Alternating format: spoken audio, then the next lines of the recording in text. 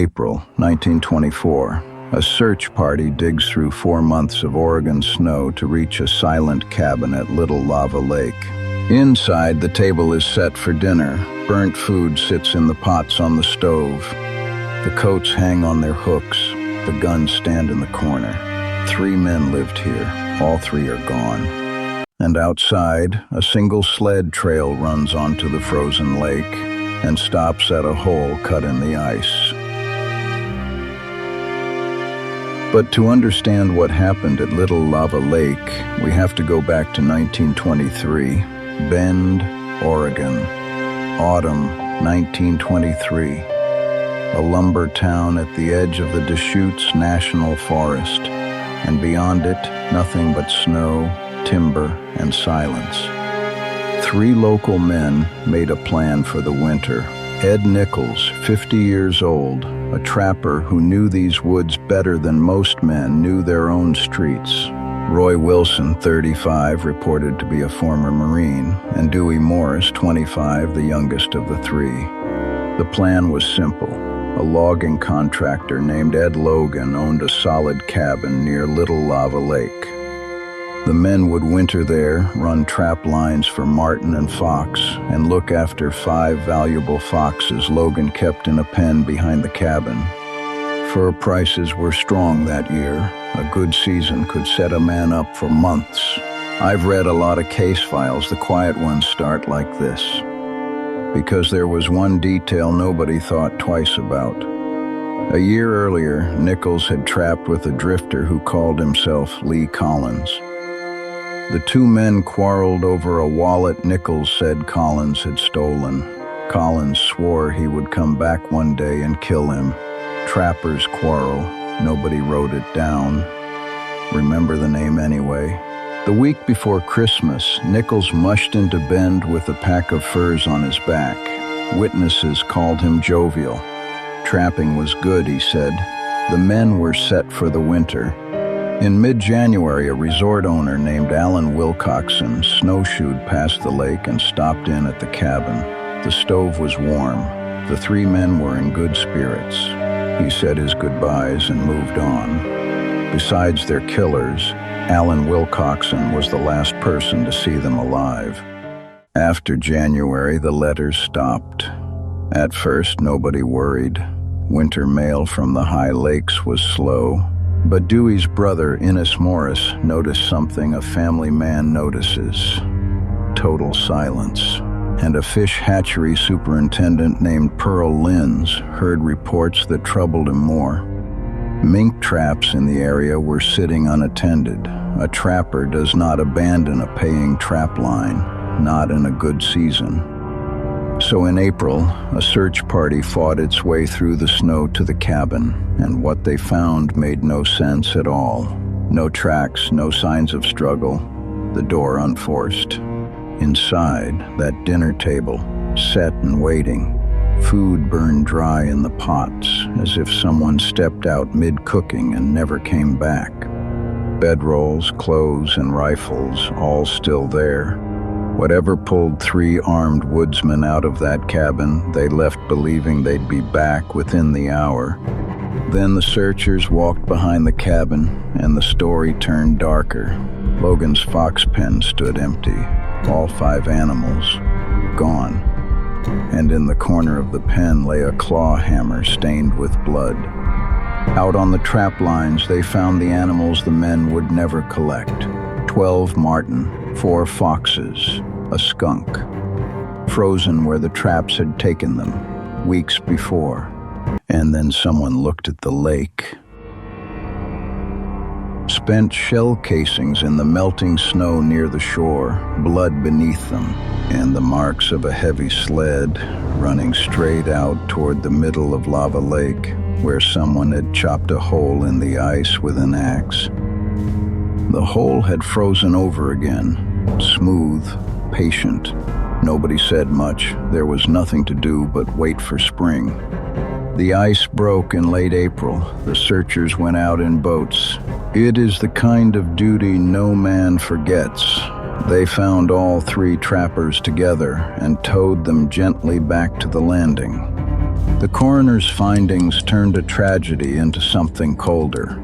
Each man had been shot, some with a shotgun, some with a pistol. Each had also been struck with a blunt instrument, a hammer, most likely. 2 different guns, 3 strong men, some of them found in shirt sleeves, as if they'd walked out into a January night without their coats. Investigators drew the only conclusion the evidence allowed. The men had been lured out of that cabin, and almost certainly by more than one person. Then came the lead from Portland, dated 6 days after the men were last seen. On January 22nd, a stranger stopped a traffic officer downtown and asked directions to the nearest fur dealer. He gave his name as Ed Nichols. He was carrying Nichols's trapping license. At the Schumacher Fur Company, he sold a load of furs for $110 and vanished. The dead man's name, the dead man's papers, spoken out loud on a city street while the real Ed Nichols lay under the ice. Suspicion first fell on a local moonshiner known as Indian Erickson. His alibi held, and police let him go. Then Ed Logan, the cabin's owner, remembered something: the quarrel, the wallet, the threat, the drifter called Lee Collins. And when lawmen dug into that name, it fell apart in their hands. Lee Collins did not exist. He was an alias, one of several, used by a convict named Charles Kimsey. In 1923, Kimsey had robbed a stagecoach driver near Bend, tied him up, and threw him down a well. The driver survived only because Kimsey never checked his work. He climbed out. Kimsey was arrested and escaped custody before trial. Now he was gone again. Wanted posters went out across the Northwest. Years passed. The reward money gathered dust. The Lava Lake file went quiet. Almost everyone forgot. Then, on February 17, 1933, 9 years later, a jailer in Kalispell, Montana, passed a man on the street and stopped. He knew that face. Kimsey was arrested without a struggle, and before any officer said a word about Oregon, he offered this: "They think I killed those trappers, but I didn't." Nobody had mentioned the trappers. Back in Oregon, Kimsey gave his alibi.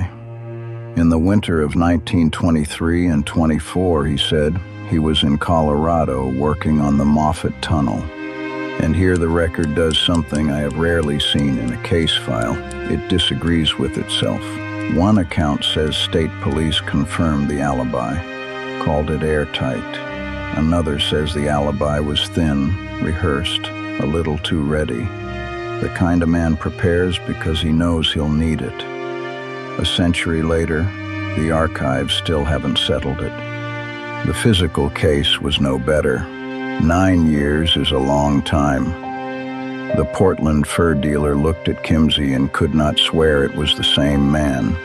Neither could the traffic officer. The circumstantial chain, the threat, the alias, the furs, was never going to carry a courtroom. So prosecutors did the next best thing. They tried Kimsey for the well, the stagecoach driver he'd left for dead.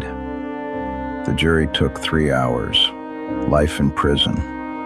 He was paroled in 1957, an old man. He went back to Idaho and died there. If Charles Kimsey knew anything more about Lava Lake, he never said it. One theory remains, and it should be called what it is: a theory. In 2013, historian Melanie Tupper argued that Kimsey had a partner, Ray Van Buren Jackson, a soft-spoken man who appears at the edges of a dozen unsolved deaths in Central Oregon. Jackson took his own life in 1938. Whatever he knew went with him. Which brings us back to that cabin, and the question this file never answers. 3 experienced armed woodsmen walked out of a warm cabin mid-dinner without their coats. Investigators never believed one man could take all three, so who was the second man on the ice that night? The file is still open, it always will be. Next in the case files, a 5-masted ghost ship runs aground off North Carolina, with the crew's dinner still on the stove and not one soul aboard. If you think the forgotten cases deserve to be remembered, subscribe. The archive is just getting started.